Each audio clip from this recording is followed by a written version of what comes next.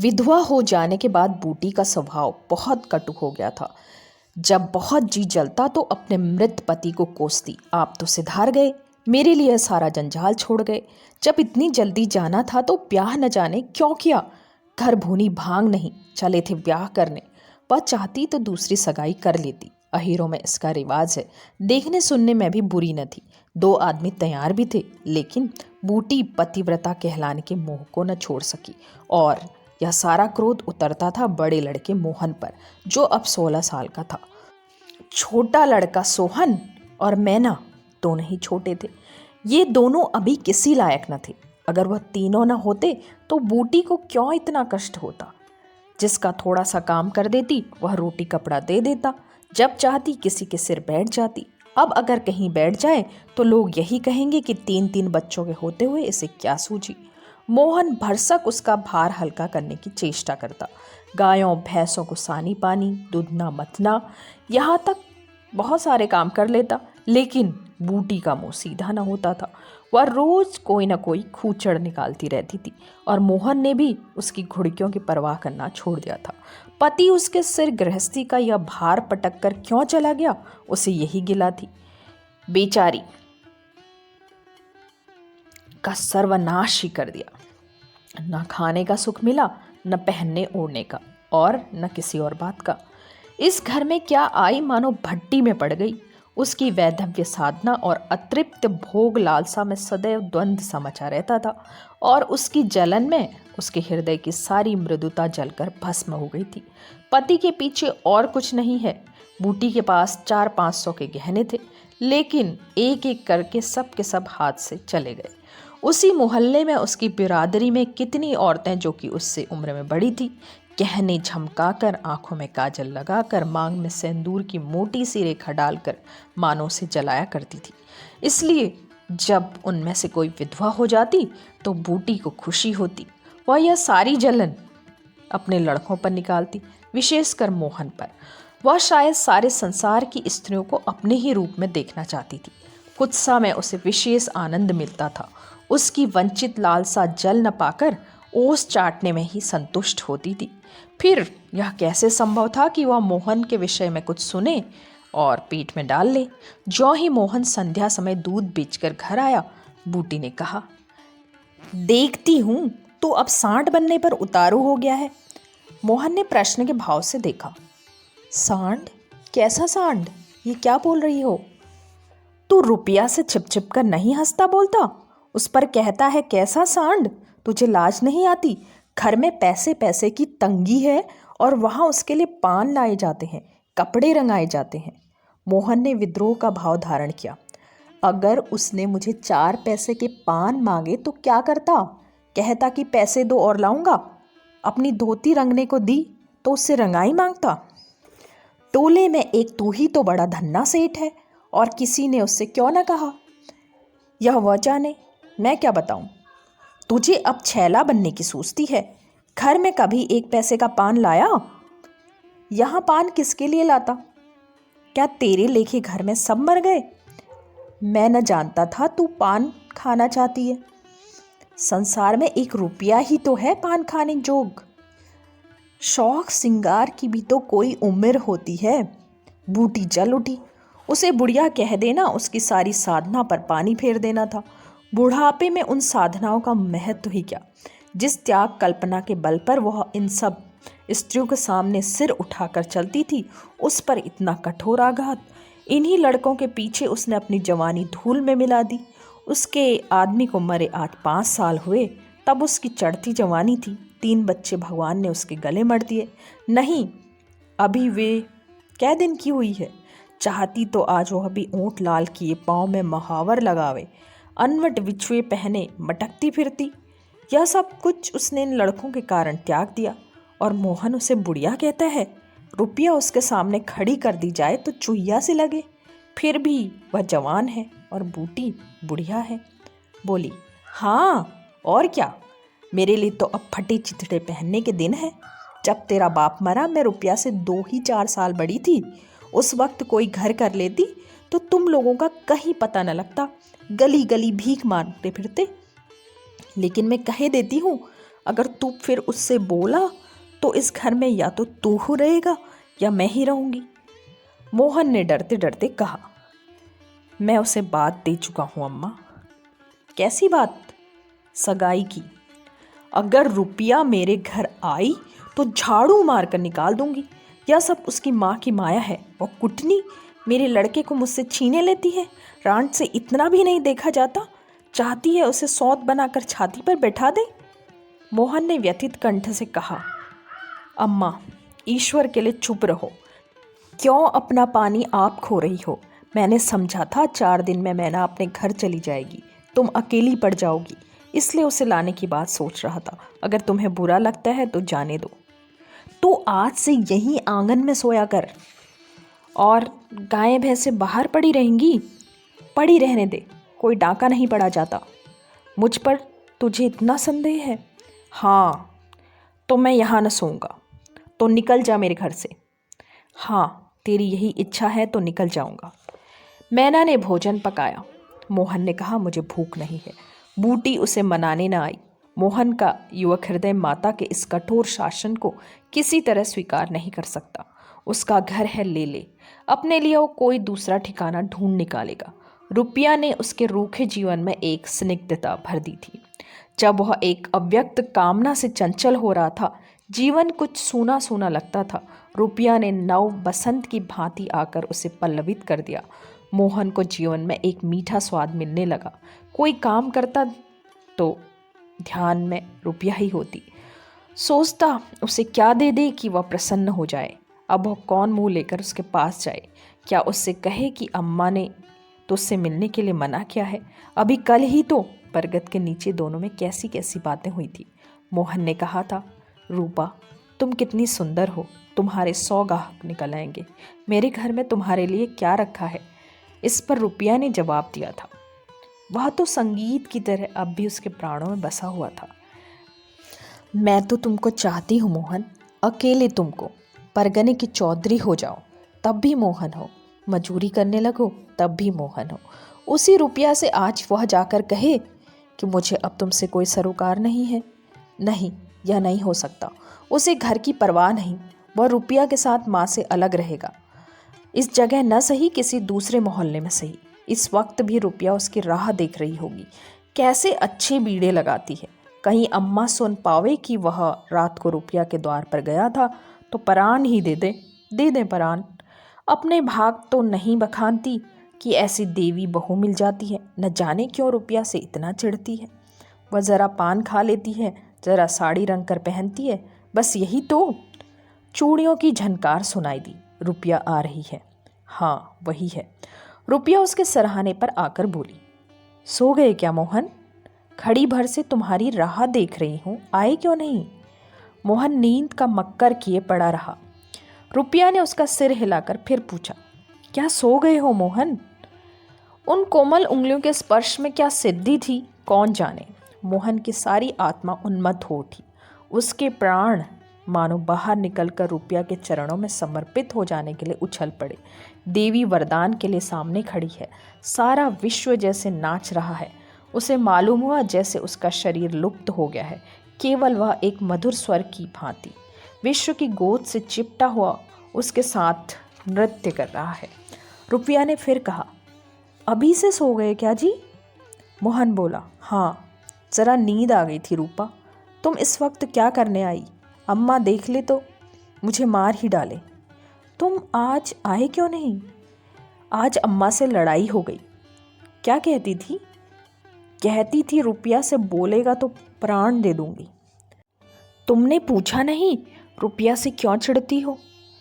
अब उनकी क्या बात कहूँ रूपा, वह किसी का खाना पहनना नहीं देख सकती। वह मुझे तो उससे दूर रहना पड़ेगा। मेरा जी तो न मानेगा। ऐसी बात करोगी तो मैं तुम्हें लेकर भाग जाऊंगा। तुम मेरे पास एक बार रोज़ आ जाया करो बस, और मैं कुछ नहीं चाहती। और अम्मा जो बिगड़ेंगी तो मैं समझ गई, तुम मुझे प्यार नहीं करते। मेरा बस चले तो तुम्हें अपने प्राण में रख लूं। उसी समय घर का किवाड़ खटका। रुपया भाग गई। मोहन दूसरे दिन सोकर उठा तो उसके हृदय में आनंद का सागर सा भरा हुआ था। वह सोहन को बराबर डांटता रहता था। सोहन आलसी था, घर के काम धंधे में जी न लगाता था। आज भी वह आंगन में बैठा अपनी धोती में साबुन लगा रहा था। मोहन को देखते हुए वह साबुन छिपाकर भाग जाने का अवसर खोजने लगा।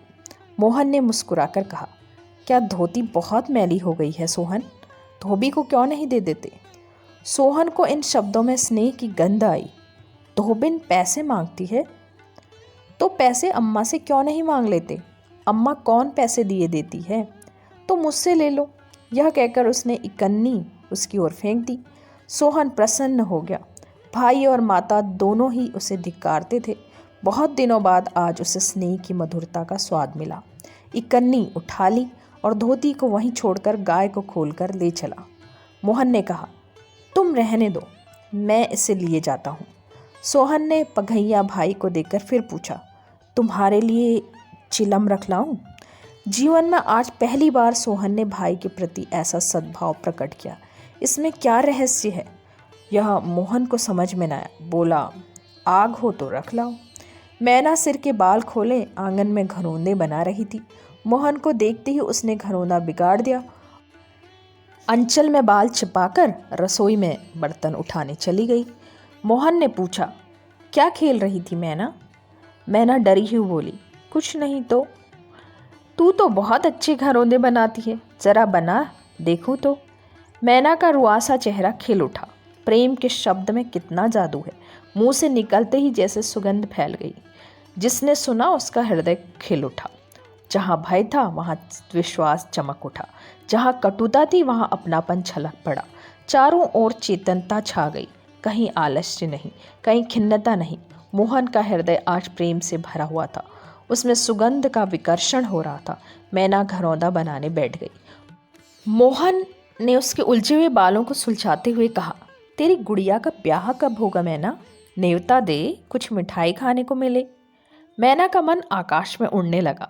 अब भैया पानी मांगे तो वह लोटे को राख से खूब चमाचम करके पानी ले जाएगी। अम्मा पैसे नहीं देती। गुड्डा तो ठीक हो गया है, ठीका कैसे भेजूं? कितने पैसे लेगी? 1 पैसे के बतासे लूंगी और 1 पैसे का रंग। जोड़े तो रंग जाएंगे कि नहीं? तो 2 पैसे में तेरा काम चल जाएगा। तो 2 पैसे दे दो भैया, तो मेरी गुड़िया का ब्याह धूमधाम से हो जाए। मोहन ने पैसे हाथ में लेकर मैना को दिखाए। मैना लपकी। मोहन ने हाथ ऊपर उठाया। मैना ने हाथ पकड़कर नीचे खींचना शुरू किया। मोहन ने उसे गोद में उठा लिया। मैना ने पैसे ले लिए और नीचे उतरकर नाचने लगी। फिर अपनी सहेलियों को विवाह का नेवता देने के लिए भागी। उसी वक्त बूटी गोबर का झोवा लिए आ रही थी। मोहन को खड़े देखकर कठोर स्वर में बोली, अभी तक मटर गश्ती ही हो रही है, भैंस कब दूही जाएगी? आज बूटी को मोहन ने विद्रोह भर जवाब न दिया, जैसे उसके मन में माधुर्य का कोई सोता खुल गया हो। माता को गोबर का बोझ लिए देखकर उसने झोवा उसके सिर से उतार दिया। बूटी ने कहा, रहने दे, जाकर भैंस दू, मैं तो गोबर लिए जाती हूँ। तुम इतना भारी बोझ क्यों उठा लेती हो? मुझे क्यों नहीं बुला लेती? माता का हृदय वात्सल्य से गदगद हो उठा। तू जा अपना काम देख, मेरे पीछे क्यों पड़ता है? गोबर निकालने का काम मेरा है और दूध कौन दुहेगा, वह भी मैं करूँगा। तो इतना बड़ा जोधा है कि सारे काम कर लेगा। जितना कहता हूँ उतना कर लूँगा, तो मैं क्या करूँगी? तुम लड़कों से काम लो, जो तुम्हारा धर्म है। मेरी सुनता है कोई? आज मोहन बाजार से दूध पहुंचाकर लौटा तो पान, कत्था, सुपारी, एक छोटा सा पानदान और थोड़ी सी मिठाई लाया। बूटी बिगड़ कर बोली, आज पैसे कहीं फालतू मिल गए थे क्या? इस तरह उड़ावेगा तो क्या दिन निभा होगा? मैंने तो 1 पैसा भी नहीं उड़ाया अम्मा। पहले मैं समझता था तुम पान खाती ही नहीं, तो अब मैं पान खाऊंगी। हाँ और क्या, जिसके 2-2 जवान बेटे हों, क्या वह इतना शौक भी ना करे? बूटी के सूखे कठोर हृदय में कहीं से कुछ हरियाली निकल गई। एक नन्ही सी कोपल थी, लेकिन उसके अंदर कितना जीवन, कितना रस था। उसने मैना और सोहन को एक एक मिठाई दे दी और एक मोहन को देने लगी। मिठाई तो लड़कों के लिए लाया था अम्मा, और तू तो बूढ़ा हो गया है क्यों? इन लड़कों के सामने तो बूढ़ा ही हूँ, लेकिन मेरे सामने तो लड़का ही है। मोहन ने मिठाई ले ली। मैना ने मिठाई पाते ही कप से मुंह में डाल ली थी। वह केवल मिठास का स्वाद जीभ पर छोड़कर कप की गायब हो चुकी थी। मोहन की मिठाई को ललचाई आंखों से देखने लगी। मोहन ने आधा लड्डू तोड़कर मैना को दे दिया। एक मिठाई दोनों में और बची थी। बूटी ने उसे मोहन की तरफ बढ़ाकर कहा, लाया भी तो इतनी सी मिठाई, यह ले ले। मोहन ने आधी मिठाई मुंह में डालकर कहा, यह तुम्हारा हिस्सा है अम्मा। तुम्हें खाते देखकर मुझे जो आनंद मिलता है उसमें मिठास से ज़्यादा स्वाद है। उसने आधी मिठाई सोहन को और आधी मोहन को दे दी। फिर पानदान खोलकर देखने लगी। आज जीवन में पहली बार उसे ऐसा सौभाग्य प्राप्त हुआ। धन्य भाग की पति के राज में जिस विभूति के लिए तरसती रही वह लड़के के राज में मिली। पानदान में कई कुल्हियाँ हैं और देखो 2 छोटी छोटी चिमचियाँ भी हैं। ऊपर कड़ा लगा हुआ है, जहाँ चाहो लटका कर ले जाओ। ऊपर की तश्तरी में पान रखे जाएंगे। जो ही मोहन बाहर चला गया उसने पानदान को मांज कर धोकर उसमें चूना कत्था भरा, सुपारी काटी, पान को भिगोकर तश्तरी में रखा, तब एक बीड़ा लगाकर खाया।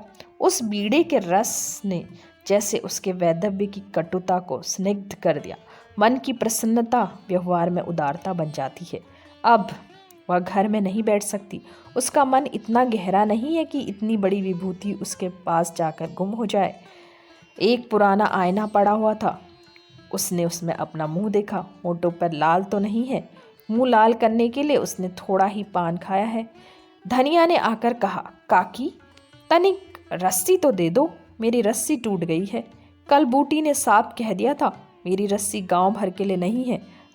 आज उसने धनिया को रस्सी निकालकर प्रसन्न मुख से दे दी और सद्भाव से पूछा, लड़के के दस्त बंद हुए कि नहीं धनिया? धनिया ने उदास मन से कहा, नहीं काकी, आज तो दिन भर दस्त आए, जाने दांत आ रहे हैं। पानी भर ले तो चल जरा देखूं, दांत ही है कि और कुछ फसाद है, किसी की नज़र वज़र तो नहीं लगी। अब क्या जाने काकी, कौन जाने किसकी आंखें फूटी हैं। चंचल लड़कों को नज़र का बड़ा डर रहता है। जाते चुमकार कर बुलाया, छट उसकी गोद में चला जाता है। ऐसा हंसता है कि तुमसे क्या कहूँ। कभी कभी माँ की नज़र भी लग जाया करती है। ए नौस काकी, भला कोई अपने लड़के को नज़र लगाएगा? यही तो तू समझती नहीं, नज़र आप ही आप लग जाती है। धनिया पानी लेकर आई तो बूटी उसके साथ बच्चे को देखने चली। तू अकेली है? आजकल घर के काम धंधे में बड़ा अंडस होता होगा।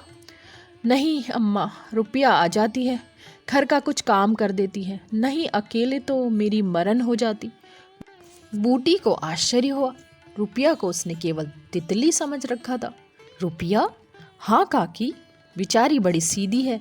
झाड़ू लगा देती है, चौका बर्तन कर देती है, लड़के को संभालती है। गाड़े समय कौन किसी की बात पूछता है काकी? उसे तो अपने मिस्सी काजल से छुट्टी नहीं मिलती होगी। यह तो अपनी अपनी रुचि है काकी।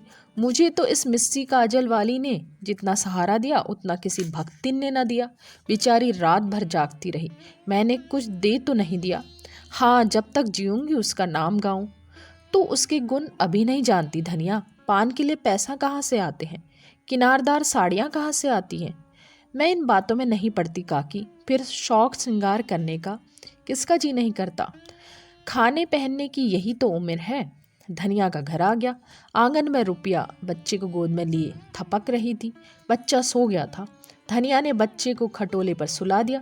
बूटी ने बच्चे के सिर पर हाथ रखा, पेट में धीरे धीरे उंगली गड़ाकर देखा, नाभि पर हींग का लेप करने को कहा। रुपया बेनिया लाकर उसे झलने लगी। बूटी ने कहा, ला बेनिया मुझे दे दे, मैं डुला दूंगी तो क्या छोटी हो जाऊंगी? तू दिन भर यहाँ काम करती है, थक गई होगी। तू इतनी भली मानस हो और यहाँ लोग कहते हैं कि वो बिना गाली के बात नहीं करती, मारे डर के तुम्हारे पास ना आई। बूटी मुस्कुराई। लोग झूठ तो नहीं कहते। मैं आंखों की देखी मानूं कि कानों की सुनी। आज भी रुपया आंखों में काजल लगाए, पान खाए, रंगीन साड़ी पहने हुए थी। किंतु आज बूटी को मालूम हुआ इस फूल में केवल रंग नहीं, सुगंध भी है। उसके मन में रुपया से जो घृणा हो गई थी वह किसी दैवी मंत्र में धुल सी गई। कितनी सुशील लड़की है, कितनी लज्जा तो बोली, कितनी मीठी है। आजकल की लड़कियां अपने बच्चों की तो परवाह नहीं करती, दूसरों के लिए कौन मरता है। सारी रात धनिया के लड़के को लिए जागती रही। मोहन ने कल की बातें उससे कह तो दी होंगी, दूसरी लड़की होती तो मेरी ओर मुंह फेर लेती, मुझे जलाती, मुझसे ऐंठती। इसी तो जैसे कुछ मालूम ही ना हो सकता है कि मोहन ने इससे कुछ कहा ही ना हो। हाँ, यही बात है। आज रुपया को बूटी बहुत सुंदर लगी। ठीक तो है, अभी शौक श्रृंगार न करेगी तो कब करेगी। शौक श्रृंगार इसलिए बुरा लगता है कि ऐसे आदमी अपने भोग विलास में मस्त रहते हैं। किसी के घर में आग लग जाए उनसे मतलब नहीं, उनका काम तो खाली दूसरों को रिझाना है। जैसे अपने रूप की दुकान सजाए राह चलतों को बुलाते हों कि जरा इस दुकान की सैर भी करते जाइए। ऐसे उपकारी प्राणियों का श्रृंगार बुरा नहीं लगता, बल्कि और अच्छा लगता है। इससे मालूम होता है कि इसका रूप जितना सुंदर है उतना ही मन भी सुंदर है। फिर कौन नहीं चाहता कि लोग उसके रूप का बखान करें। किसी दूसरों की आंखों में खूब जाने की लालसा नहीं होती। बूटी का यौवन कब का विदा हो चुका, फिर भी यह लालसा उसे बनी हुई है। कोई उसे रस भरी आंखों से देख लेता तो उसका मन कितना प्रसन्न हो जाता, जमीन पर पाँव न पड़ते। फिर रूपा तो अभी जवान है। उस दिन से रूपा प्रायः 2-1 बार नित्य बूटी के घर आती। बूटी ने मोहन से आग्रह कर उसके लिए एक अच्छी सी साड़ी मंगवा दी। अगर रूपा कभी बिना काजल लगाए या बेरंग साड़ी पहने आ जाती तो बूटी कहती, बहू बेटियों का यह जोग्य भेष अच्छा नहीं लगता, यह भेष तो हम जैसी बुढ़ियों के लिए है। रूपा ने एक दिन कहा, तुम बूढ़ी काहे को हो गई अम्मा, लोगों को इशारा मिल जाए तो भौरों की तरह तुम्हारे ऊपर मंडराने लगे। मेरे दादा तो तुम्हारे द्वार पर धरना देने लगे। बूटी ने मीठे तिरस्कार से कहा, चल मैं तेरी माँ की सौत बनकर जाऊंगी। अम्मा तो बूढ़ी हो गई तो क्या, तेरे दादा अभी जवान बैठे हैं। हाँ अय्या, बड़ी अच्छी मिट्टी है उनकी। बूटी ने उसकी ओर रस भरी आंखों से देखकर पूछा, अच्छा बता, मोहन से तेरा ब्याह कर दूं। रूपा लजा गई, मुख पर गुलाब की आभा दौड़ गई। आज मोहन दूध बेचकर लौटा तो बूटी ने कहा, कुछ रुपये पैसे जुटा, मैं रूपा से तेरी बातचीत कर रही हूँ।